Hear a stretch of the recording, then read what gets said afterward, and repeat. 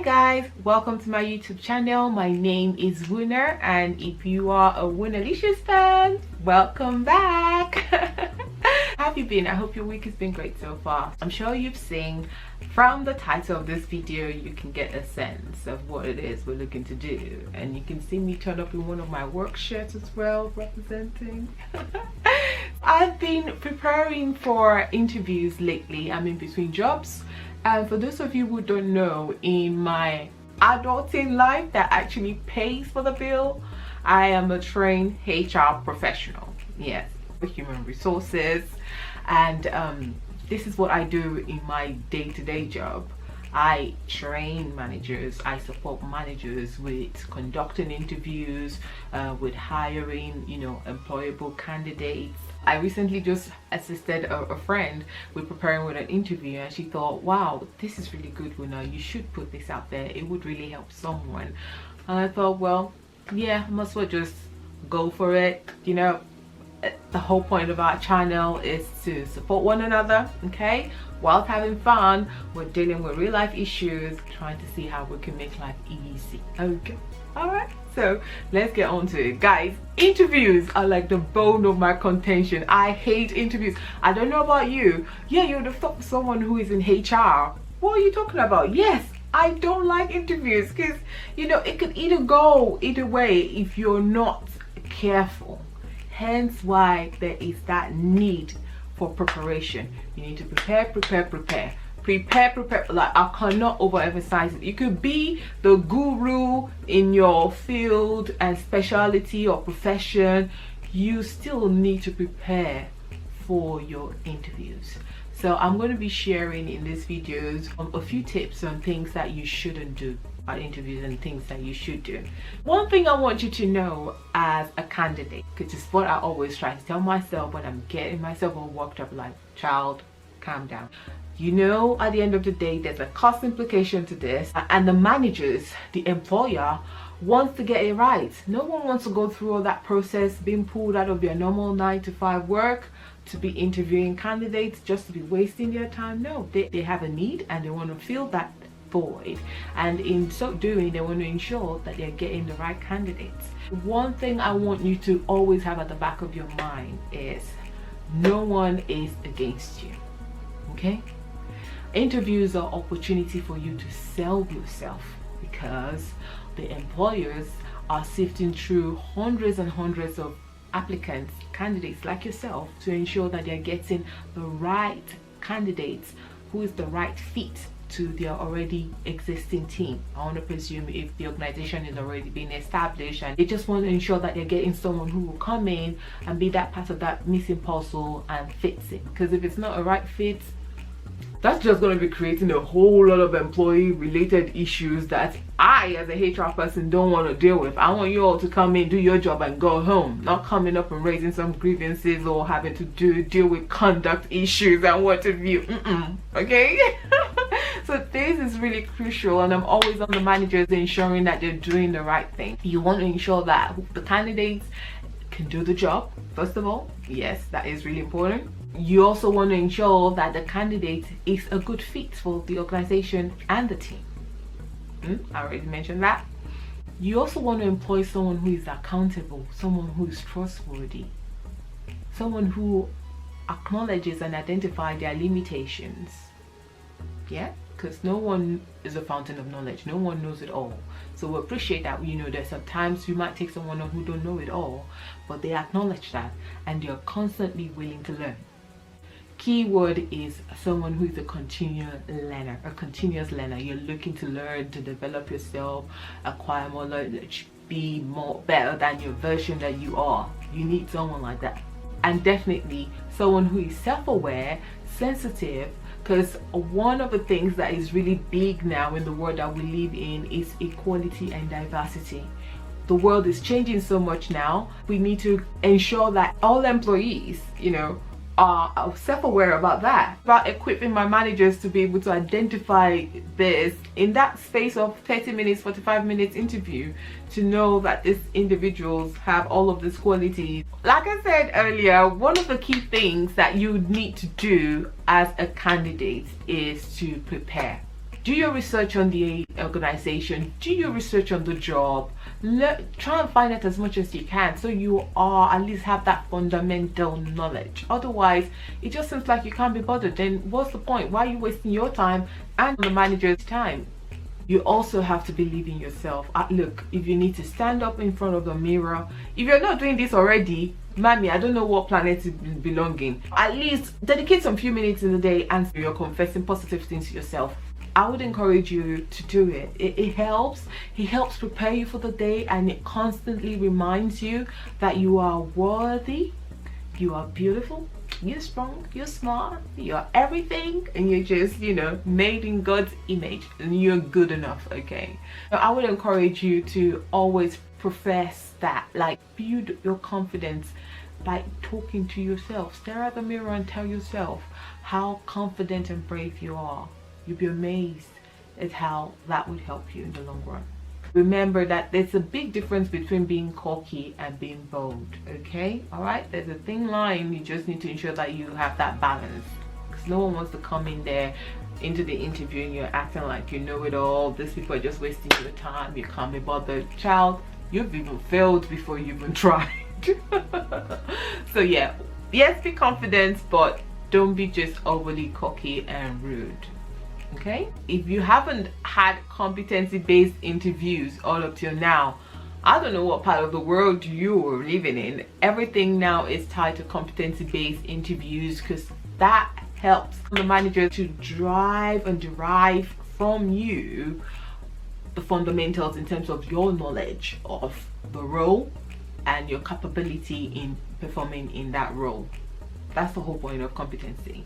And I'm sure you probably have heard of the STAR method, where you're doing the situation, the task, the action, and the results. That's another, whole chunk of work that needs a whole video to, dissect that process. Let's get on to things that you should never say at interviews.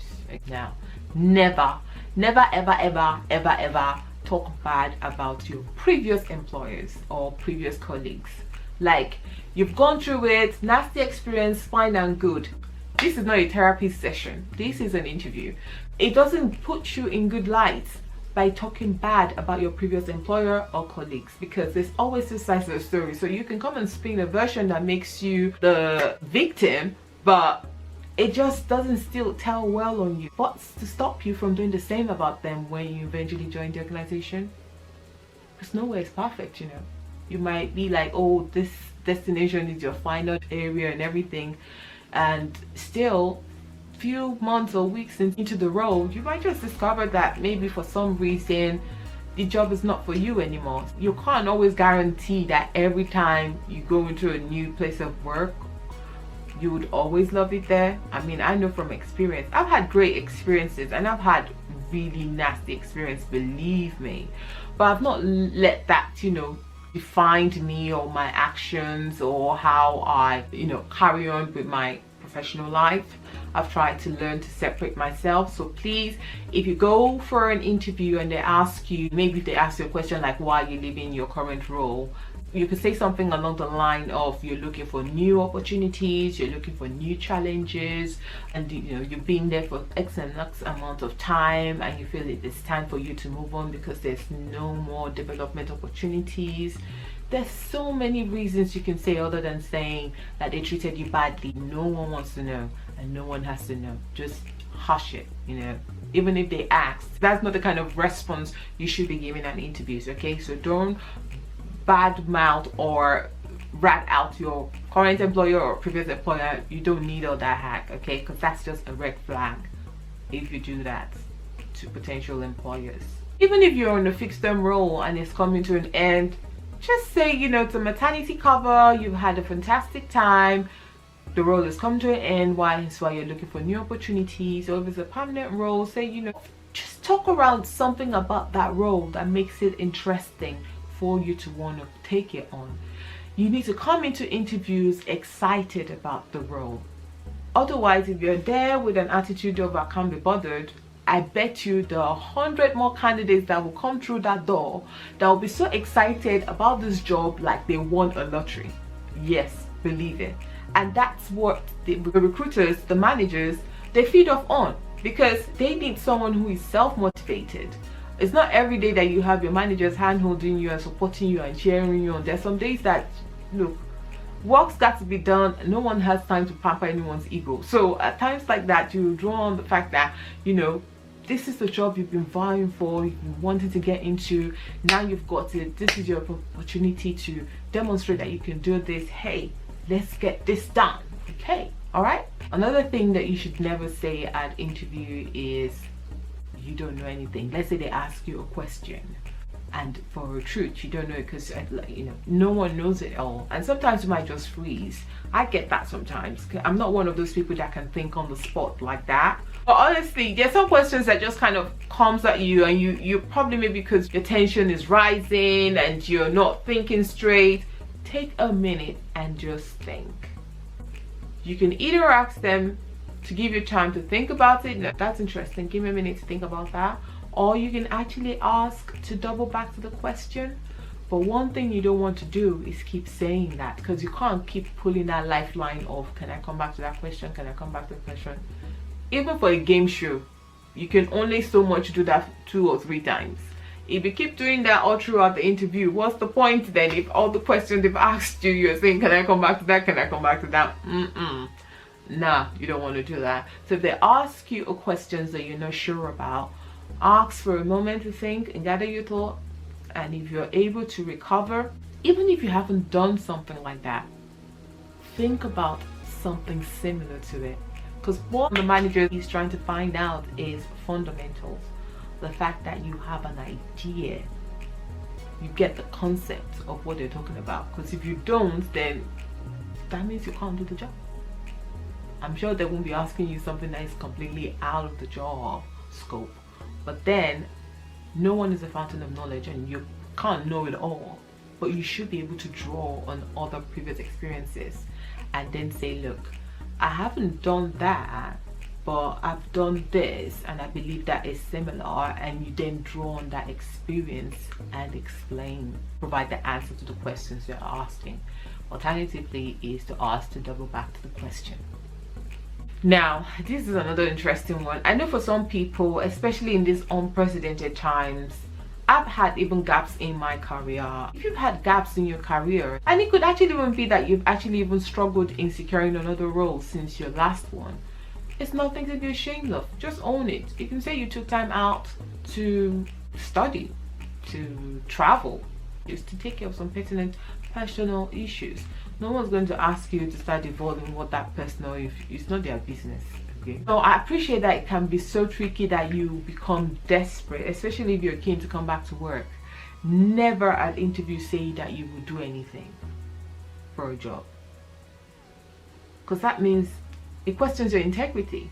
So does that mean if you're put in a position where your trust is tested, you will compromise? Or would you do anything even if your level of competence is for like a managerial level, and because you're keen and getting back into work, you would take the admin work? You came for a role, and what you should be focusing on is selling yourself. Tell them what you bring to the table. Tell them how your skill and your experience will be valuable to them, and it will be their loss if they don't take you on. Not saying that literally, but by demonstrating your skills and your experience, that shows, that makes you memorable, as opposed to saying that, oh, I will do anything, just give me 1 month to demonstrate that. You know, when you start begging, it just reeks of desperation, and it just doesn't come off well. So what I'll just encourage you to do is prepare and talk about, sell yourself, sell your skills.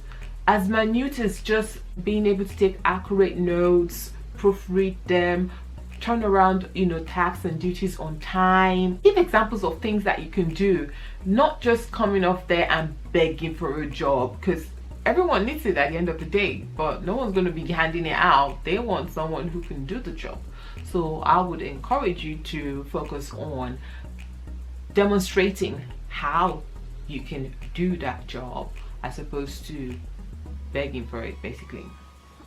Another thing is this very trick questions. I call this a trick question because it tends to just take you down the rabbit hole that you can't pull yourself out from. Tell me about yourself. That question is, I've been at interviews sometimes and I'm cringing for the individuals who's responding. I'm thinking, oh my God, child, you've done so well and you've just ruined everything. Like, I can just see your mark score going down and your lifeline gone. So if they ask you to tell me about yourself, don't just go in saying, oh, I'm a self-starter, I'm a leader, I'm a this, and start listing laundry list of skill sets and everything.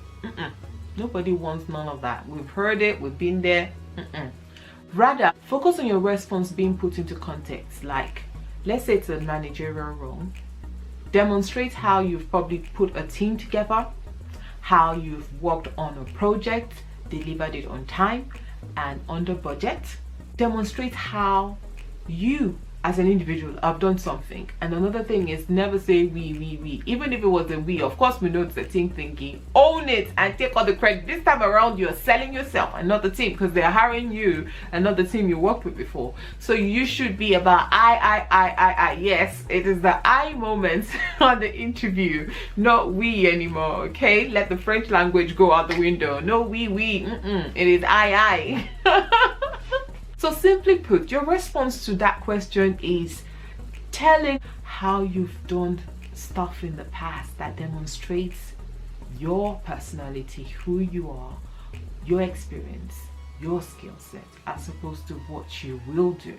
That way, you come across as someone who's knowledgeable, not just knowledgeable, but someone who knows the job and the requirement of it.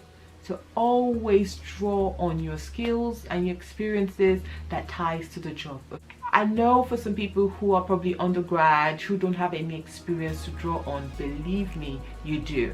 It might be around you working on assignments in school, casework that you've been given, even, you know, the jobs that you do, odd manual jobs that you do, or things you do around the house, time management. You always have something to draw on.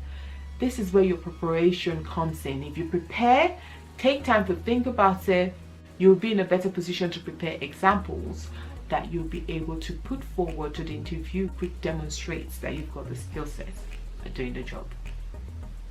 Now at interviews, you know, you always have the opportunity to ask questions about the role. Don't ask questions like, oh, tell me about the organization. Because that seems like you didn't prepare. But like, why would you be asking them to tell you about the organization? I mean, if it's specifics around maybe something that the organization produces or a project that you're on or something that's come up in the news and all of that, fine. But to ask them to tell you about the organization, it's just like, that's something you should go and research. You know, that's something that you should have gone off of your way to find out about. If you see what I mean. You can ask questions about maybe how the role has come about. Maybe someone's left, or it's a temporary role to cover someone who's on maternity or long-term sick. I mean, you could ask them to tell you more about the role, because that way you can I actually use that as a tactic. Because I often get, you know, recruiters call me and they want, you know, to schedule me for interviews almost immediately. And I use that to an advantage. So before the interview even starts and everything, I just cut in and like, oh wow, thank you so much guys for seeing me. I really appreciate this. I'm so excited about this opportunity. But are you able to tell me more about the role? That way, you're getting in their own words what it is they want in that role. You're able to identify in terms of the day-to-day responsibility that role will require. That way you're picking up, you know, one or two key points that you would use as your examples when you're responding back to them. Okay, because remember, the whole point of the interview is to demonstrate that you can do this job and you've got the experience to do it. So if they're telling you what the job will entail on day to day, you're feeding that back to them that, yeah, I mean, my current role, that is what I do, this is what I do, that's what we do, this is how I do it, and they know that you can do it. You're able to identify their tone of voice, not in terms of it being high pitch or low pitch, but you know, the normal, depending on the kind of sector you are, you know your normal lingual that you guys use in your field. That way you can, you can identify 1 or 2, 3 words that they've picked up on and use that back, because that kind of resonates with them. It shows that you're listening, it shows that you are cued on, and it shows that you know what they're talking about, basically. Like, you would know the buzzword that they're using. Try and incorporate that as well in your response to them. That makes you memorable, okay? Because it's their word, they're hearing it, and it brings truth to them when they hear it said back to them. It seems like you're in a clique, you're in their group, and you get them, and they're like, okay, all right, she gets us. You can ask about the company's values, what their objectives are, their visions. Ask what success would be like for them in that role. Like, if you were to come on board, what would success, what would you achieving in that role mean to them? How would they measure you, basically, performance wise? You can also ask them how long they've been in the organization. That way, you get a feel of, okay, well, this person has been here for a while. And you can also ask them, oh, has the organization changed in the time that you've been here? What's that transition been like? Questions that will get them even talking. Now it's questioning them as well, stuff like that. Like, throw the ball back at them, let them feel the heat a bit. It's not easy being on the other side, so this is your opportunity to pack on the heat on them, okay? But with reasoning, because as you know, everything is timed. So prepare. Have 1 or 2 questions that you'll be prepared to ask at the end of the interview, okay? And at the end of the interview, ask them if there's any points that they want you to clarify, in terms of any response you've given, and they feel like, okay, maybe you want them to clarify 1 or 2 things. And don't forget to thank them for the opportunity to come on. Tell them how you're excited about the opportunity and you believe this is something that you can actually do. You've been looking for this opportunity and you're really ready to take on the additional responsibility, take on the additional challenges, the new challenges. Just sell it like it's the best thing since sliced bread. You all know at the end of the day we just want to get in and do our jobs, but it just seems like there's so many people vying for one role now. You just have to do the most, almost without lying. It's not like you're lying, it's not like you're not being honest or anything, but we just need to show so much passion, enthusiasm, and all of that. Also, don't forget to look the part. It's so important. I remember when I was interviewing, I think last year, looking for roles, and because we're on lockdown, the recruiter actually told me to please try and dress smart. I'm thinking, I've never been told that before. But apparently, because we're now at home, we're more relaxed. A lot of people were turning up in sloppy dresses, just not looking the part, basically. I'm thinking, how difficult is it to get a shirt? Just a shirt. I'm not even asking you to wear a suit, a 3-piece suit or anything. Just wear a nice clean shirt, ironed, and just look smart, for crying out loud.